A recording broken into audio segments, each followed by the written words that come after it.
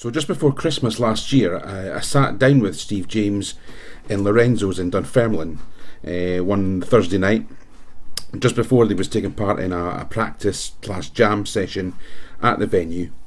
I wanted to ask him about his beginnings in music and about his work up to this point, where he was about to release his debut single, and about the video that goes along with it.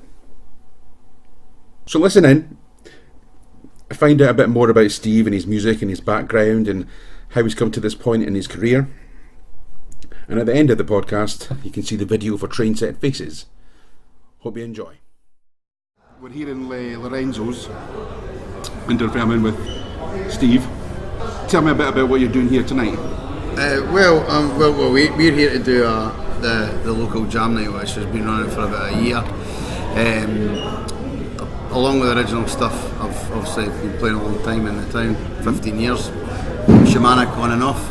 So we've been kind of busy with playing covers, and obviously this year it's taken a bit of a turn because I wanted to refocus on writing original material. And it's been about 16 years since I actually did that. Really? So I need to get back on it. I was writing over the years, but bits of my life, things happening in my life, it just wasn't coming together as well as it used to. So. Cool. Yeah.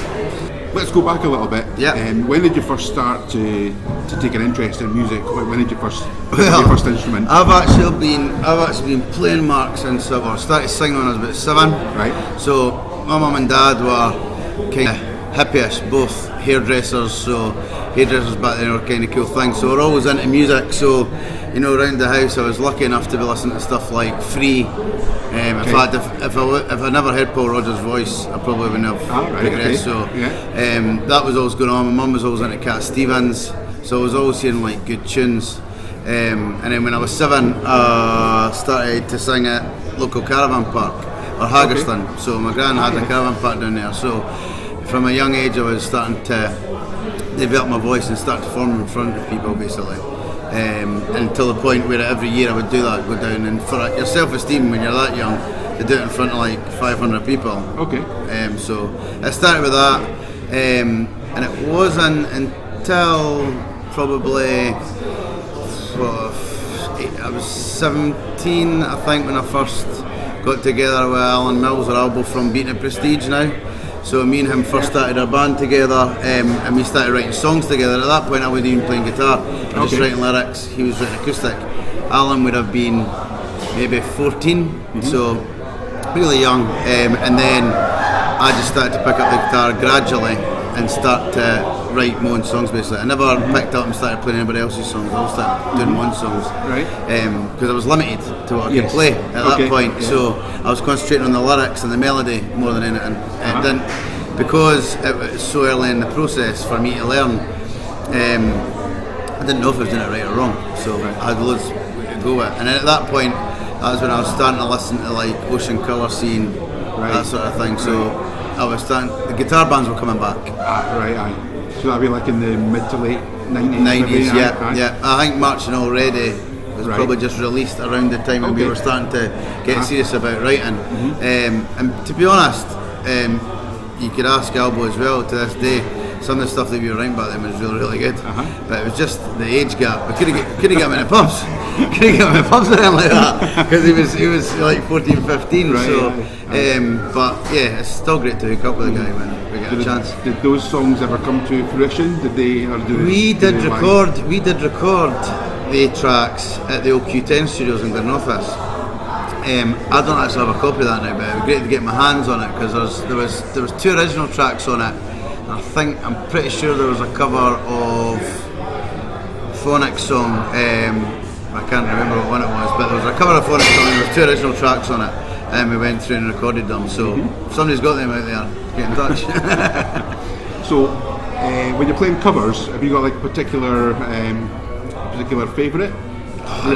Not now, Mark. It's like, I mean, very varied. It's still great to get up to play in front of people, and when you're in a band like we are, they're your pals, so it's great to get up there and we deliver it really well. But I could sleep easy not playing Sweet Home Alabama ever again. But on that, you know, when we bring back songs, like recently I went to see the Stones this year, and we brought back in Can't Always Get What You Want, and we developed a 3-piece harmony and stuff for it. So it's cool when you envisage the tracks and start doing them again. But we never ever play the track the same anyway. So we're not one of those cover bands who are like, oh, we need to do exactly like the record. Shamanic's never been about that. We've been a pub band that fell into weddings. Okay. So was there anything that was ever sort of any sort of song or genre that was off limits for you? Do you think you could? No, I think we've tried everything. I mean, I even sing Dreams. You know, I Fleetwood Mac sometimes, which is really a female voice that sings it. So no, I think if you've got a decent tone, you've got a decent voice, you can adapt to any sort of style. I mean, we've never done anything like heavy metal or anything like that, but I appreciate every genre, to be honest. A good song is a good song, isn't it? Yeah, exactly. So you've got a new single coming out. Yeah. This week, tomorrow, Friday the 21st. 21st, yeah. Is that one of like a bank of songs that you've got? Yeah, so I'm in the middle of recording the album with Magnus, Collie from Monosonic. So basically, without getting into much personal details, over the last 7 years, my life, apart from the last 2 years, it's been great, but the last 7 has been tough. So the last 2 years, I started developing the songs. So got in touch with Magnus. He had just finished doing the Skids album, actually, the new Skids album.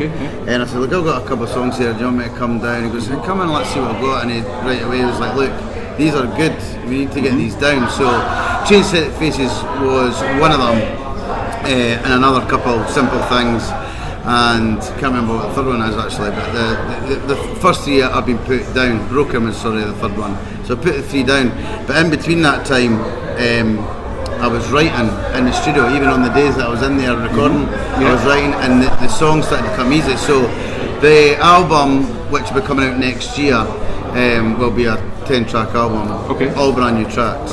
So which I'll be playing some of them tomorrow, Cool. Or the 22nd, Moonlight Zoo. So 22nd PJs, I'll be showcasing some of them. So is that the songs on the album you're playing like with a full band?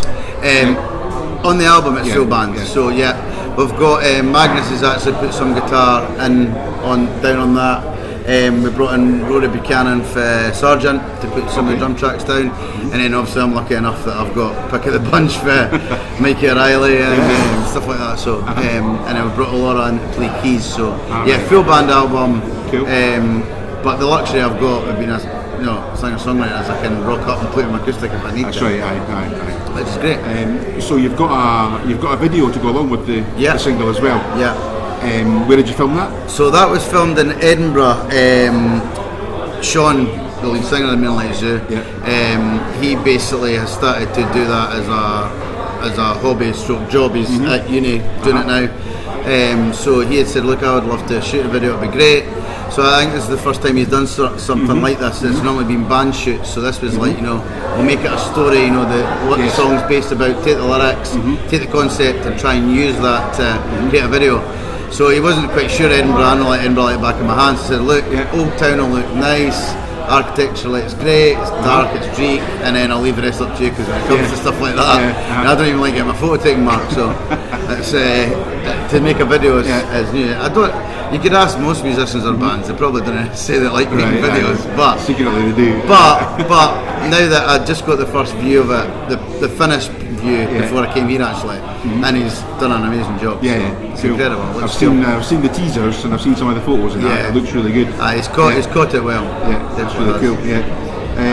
So hopefully that's a step into something that he's going to continue with then.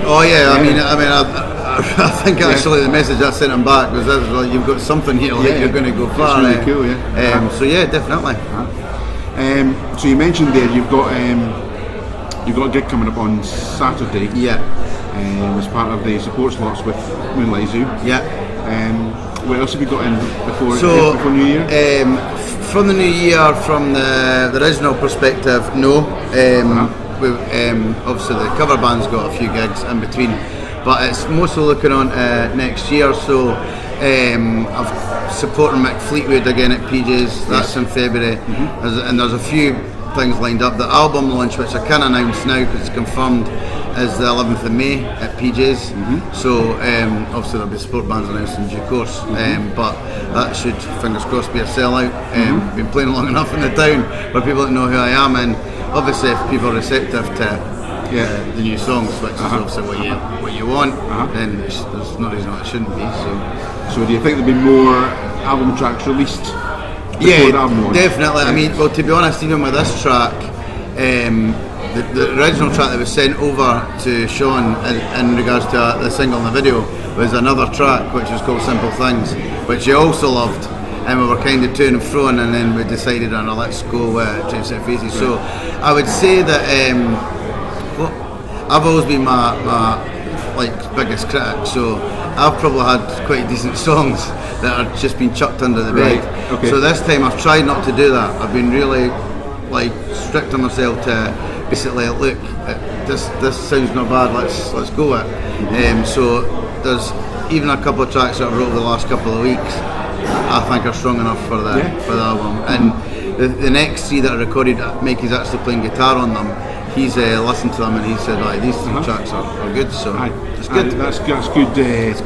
It's good feedback, because it's always hard for a songwriter, because I'm kind of lucky because my missus loves music just as much as I do, and we go to gigs galore all through the year, and she would pretty much tell me if it was shit or not. So I always know when it's going well, because if she hears me in the house and says I'm just going to go in the bath for an hour and whatever, because she normally lie in the bath for a long time, so if she's doing that means I know that it's good. If she's staying up, that means she's trying to listen to the track, tell me. But if she goes and she's lying in the bath, that means she's listening to it, so that's always good. That's really cool. Good. So I'm lucky that way.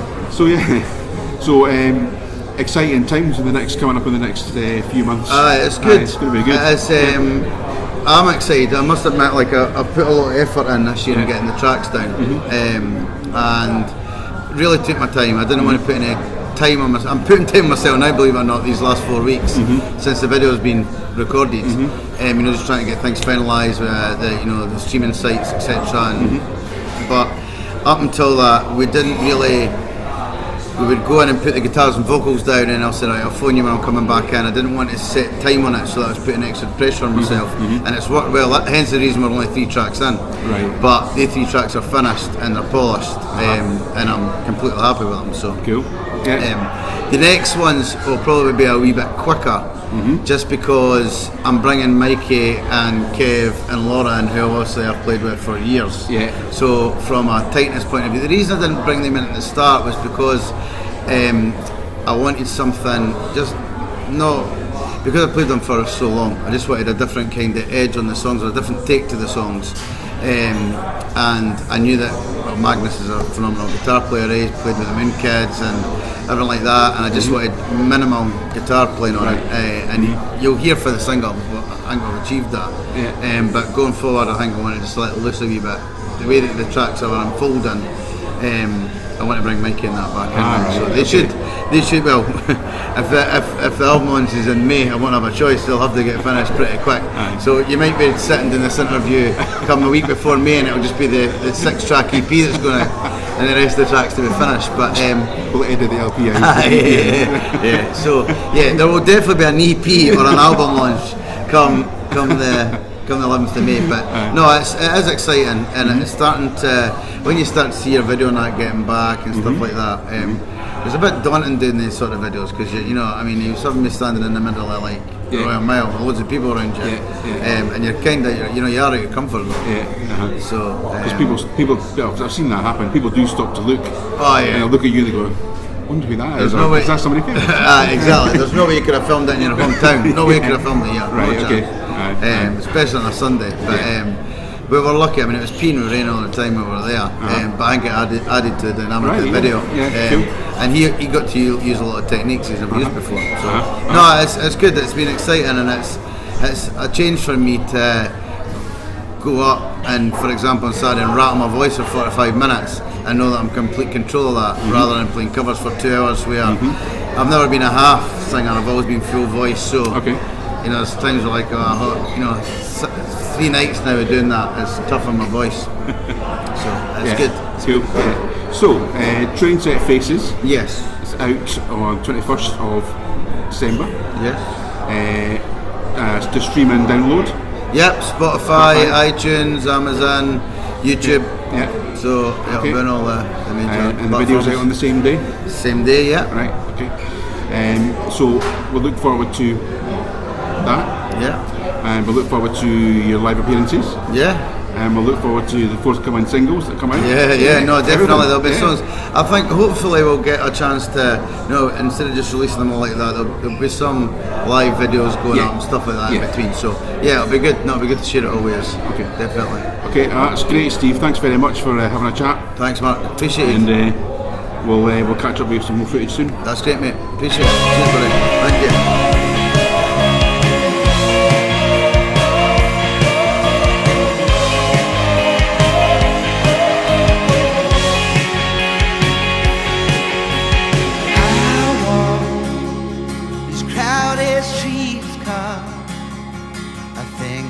I've lost my way home. I feel as your lights will guide my way through the snow. And we all go different changes. All I see